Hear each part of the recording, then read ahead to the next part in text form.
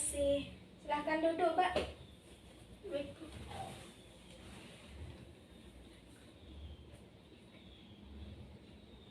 Di sini Mbak mau ngapain? Mau konsul apa mau gimana?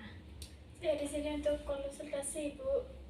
Oh, baik, sebelumnya silahkan perkenalkan diri Mbak terlebih dahulu.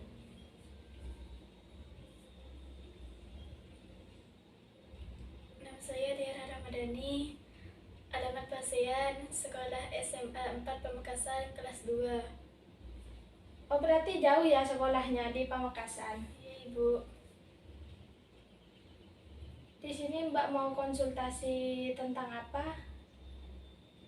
Atau saya perkenalkan diri saya terlebih dahulu ya? Iya, Ibu, tidak apa-apa.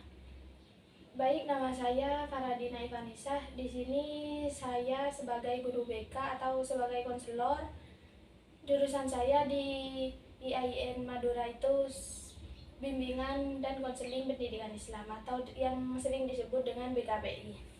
Baik, silahkan Mbak, konsultasi apa masalah Mbak yang sedang hadapi? Iya, Ibu. Jadi di sini saya mau konsultasi tentang kebiasaan saya yang menurut saya tidak baik, Ibu. Kebiasaan seperti apa yang Mbak maksud tidak baik kepada Mbak? Tapi Ibu di sini jangan kasih tahu kepada teman-teman saya yang lain ya, Bu.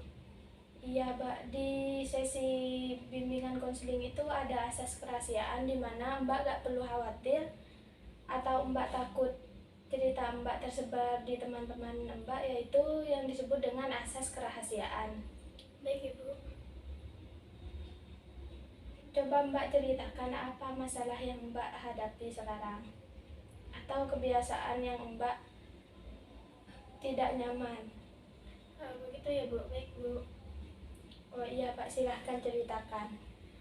Baik, Ibu, di sini saya merasa tidak enak dengan teman saya di mana saya sendiri tidak bisa mengontrol emosi saya ketika sudah gak mood dan sedang marah. Dalam situasi stres ataupun dalam keadaan capek, banyak pikiran saya mengganggu sehingga saya merasa emosi saya tidak terkontrol, di mana saya marah-marah kepada orang sekitar. Saya tidak enak teman-teman saya ketika sudah gak mood dan merasa capek sehingga saya tidak bisa mengontrol emosi saya, Ibu. Saya konsultasi kepada Ibu, mungkin Ibu bisa membantu saya dan memberi saran agar saya bisa mengontrol emosi saya dan tidak mengikuti keadaan emosi saya, Ibu. Oh baik, di sini Mbak meminta saran ya kepada saya. Ya, Ibu. Di sini saran saya sebagai konselor untuk menghadapi kebiasaan yang tidak enak itu yang Mbak miliki tidak bisa mengontrol emosi ya. Di sini Mbak itu harus mempunyai rasa sabar. Jadi dengan rasa sabar tersebut Mbak bisa mengontrol emosi Mbak dan tidak marah-marah kepada teman yang ada di sekitar Mbak. Dan kebiasaannya semarah-marah itu dikendalikan oleh mood atau kebad moodannya Mbak. Di situ kebad moodannya Mbak itu bisa berkaitan dengan bunuh diri atau dalam Mbak keadaan capek, stres, atau yang lainnya dengan masalah Mbak yang dihadapi Mbak itu bisa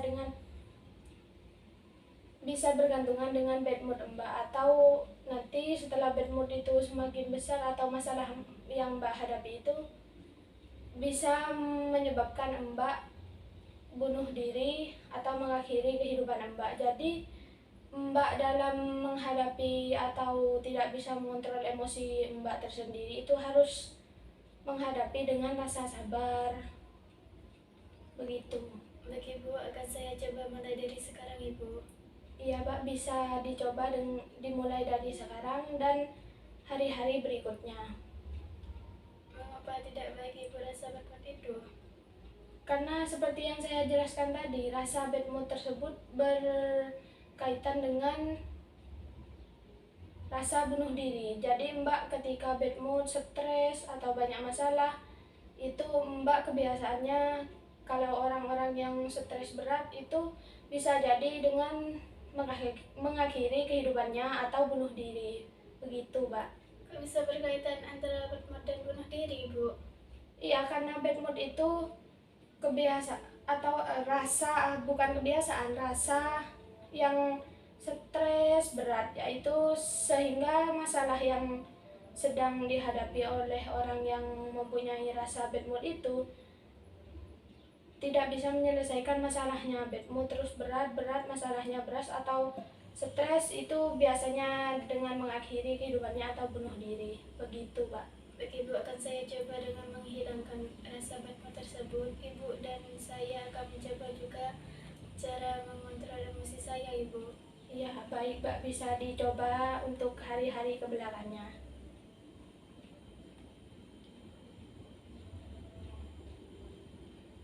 Sudah, Ibu. Nanti kalau saya mau konsultasi bisa kan, Bu? Iya, bisa nanti diatur jadwalnya atau Mbak bisa chat saya jika mau konsultasi kembali. Baik, Ibu, nanti saya akan menghubungi Ibu jika saya membutuhkan sesi ini kembali. Ya, baik, Mbak. Mungkin cukup itu yang saran dari saya yang bisa Mbak lakukan. Mbak harus sabar dan bisa menghilangkan rasa bad mood tersebut. Mungkin cukup sesi konseling hari ini, bisa dijadwalkan untuk kebelakangnya. Baik, Ibu, saya permisi dulu. Ya, silahkan, Mbak. Assalamualaikum, Bu. Waalaikumsalam.